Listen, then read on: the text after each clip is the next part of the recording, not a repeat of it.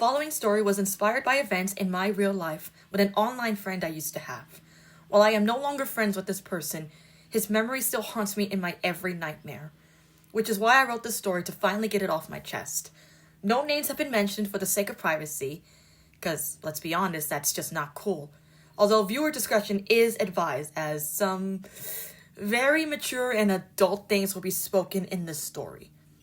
Speaking of which, if the person who this story is based off of happens to be seeing this, I hope you get the message. Leave me and my friends alone.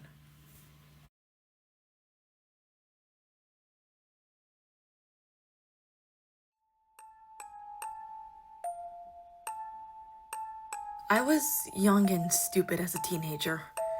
My days consisted of ignoring schoolwork in favor of fun. How I graduated high school with 2 Fs in classes as a junior, I'll never know. Back then, I didn't want to listen to my parents, especially my mother. They were divorced and I thought my mother was to blame. Social media became my escape from the real world. Seeing people applauding me for my sketches and artwork filled me with pride. I felt heard by people I really didn't know. When I wasn't by the people I knew in real life, I felt free to be myself, rather than chained by rules and expectations. That's when I met him. He was like me, wanting to escape from the real world. He liked my stuff, what I wrote, and the art I put out into the world, and I liked his edits and beginning art. We became friends online, and that was my first taste of poison.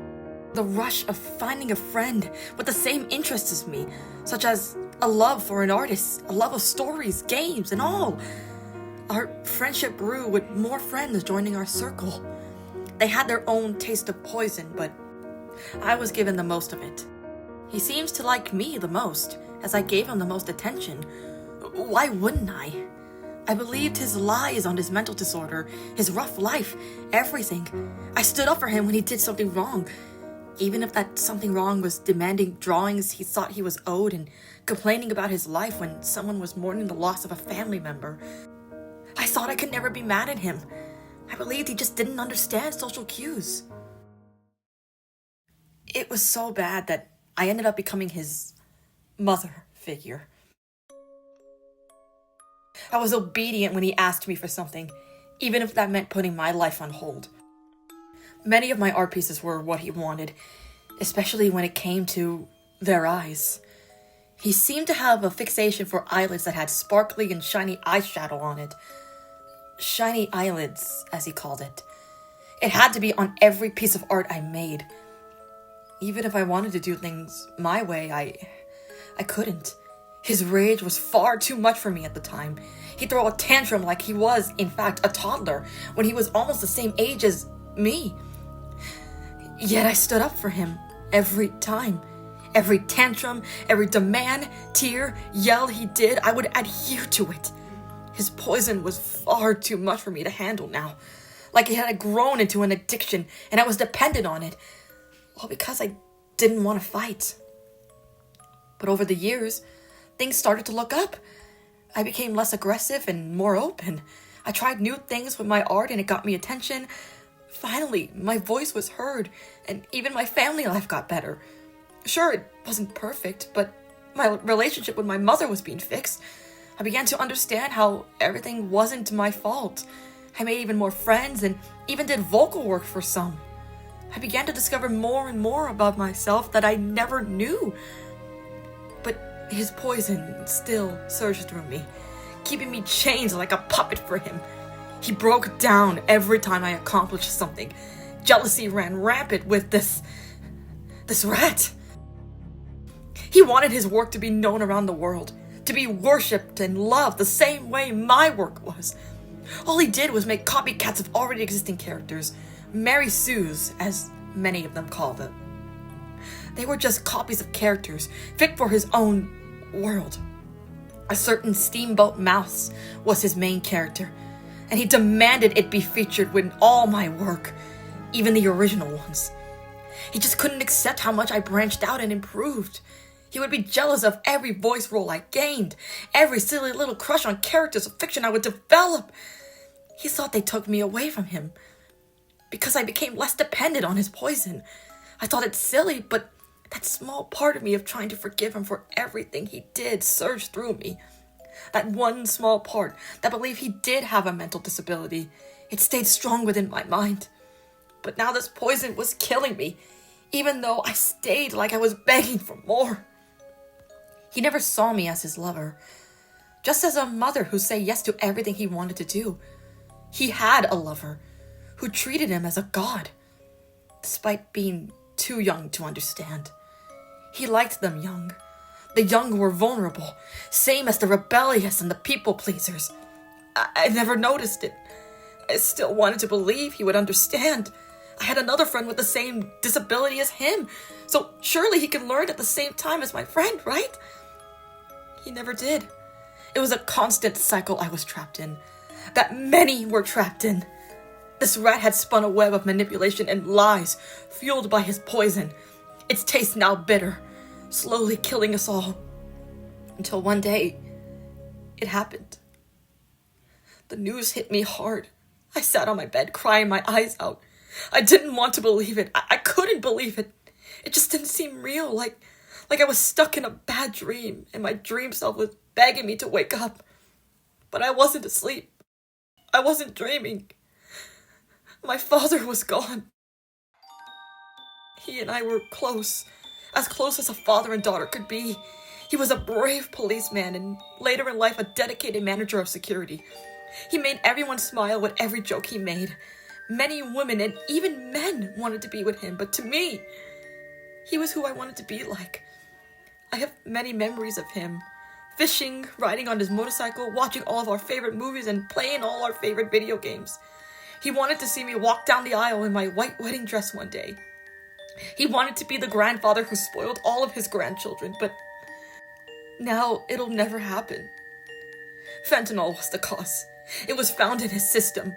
Another poison had gotten involved in my life, and it took away someone I held dear. How was I supposed to know he was taking it? How was I supposed to know his stupid girlfriend got him hooked on it? I didn't. I wish I did, but I didn't. The news hit my friends hard as well. I had told them so many stories about my dad, so many adventures we went on, and the many times he helped me stick up for myself against bullies, the countless times he and my mother put aside their reason for divorce to raise me. All of them knew. He knew. And yet he did not care. He showed some sympathy, even trying to say he understood how I felt because he lost his own father. It helped me somewhat. I couldn't focus on my college courses. I couldn't focus on my work. I told him all of this. He knew it all. 3 days. It had not been 3 days since my father passed, not even a week. He went back to his old self, demanding me for art with his copycat characters, stories that had him as the main character. He kept trying to inject his poison within me, keeping me tied to his every whim. He finally made me realize how much of a lying, snotty, non-sympathetic jerk this rat was. I wanted to deal with it later, worry about my father's funeral first, especially with his girlfriend trying to make it about her. But he just wouldn't let up. I couldn't even focus on preparing everything to say goodbye to my father. That rat pumped out his poison 10 times the amount as normal. I was spiraling. I couldn't take it. I wasn't going to let myself fall to a fate by poison, the same way my father had. I cut him loose.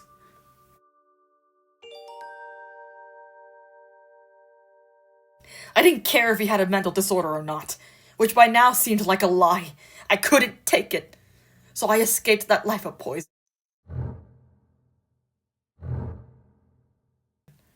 The rat did not like that.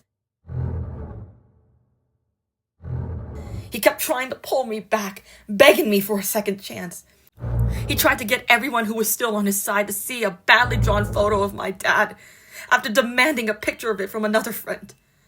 That friend didn't give it to Rat. He kept telling everyone I would forgive him by Christmas, become his mommy figure again. I didn't let up.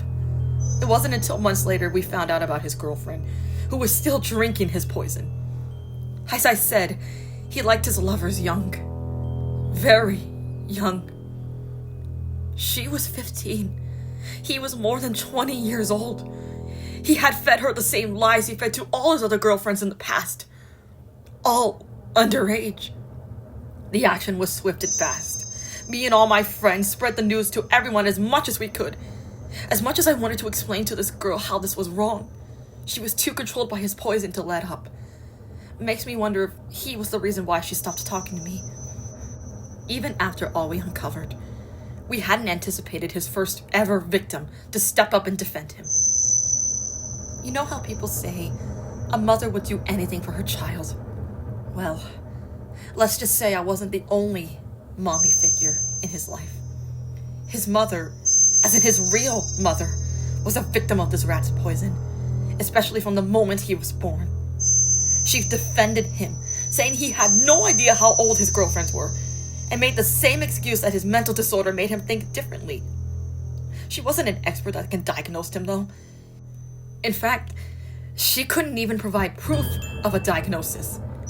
Even still, we have always wondered if it was even his mother defending him, or if he had put on another facade to get himself out of his own mess.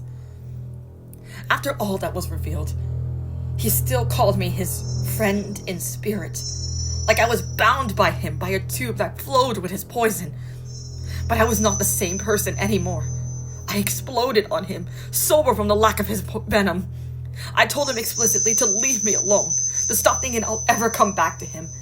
And that was the same for all our friends. All my friends. He backed off afterwards, at least for now.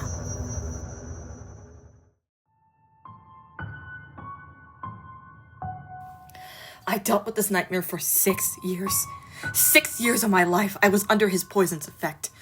At first, it felt good, but then it started to kill me little by little. That rat had lost everything after it all. At least I hoped. There's still a part of me who wishes I had wisened up earlier. But life throws many things at us, and sometimes it takes us a while to mature and understand them. That's how I was with this poison. It had been 3 years now since it all happened. I hold my memories of my father close to me. I am attending university, and my art and written work has gotten more attention than ever. My university had even published one of my works, and everyone loves them. My father would have been proud. Actually, that rat reached out to me again, trying to make me think he had changed and he didn't care we weren't friends anymore. Just another form of bait for me so I could taste his poison again. But I've learned from it all. I'm not the same rebellious teenager anymore. I had originally written this to get it all off my chest, but there's a slight chance that the rat is listening to this. So here's a little message to him. To the rat, the one who made my life and many others' lives hell. We don't care about you anymore. So you better hope you don't keel over dead from your own poison. But then again, you won't listen, will you?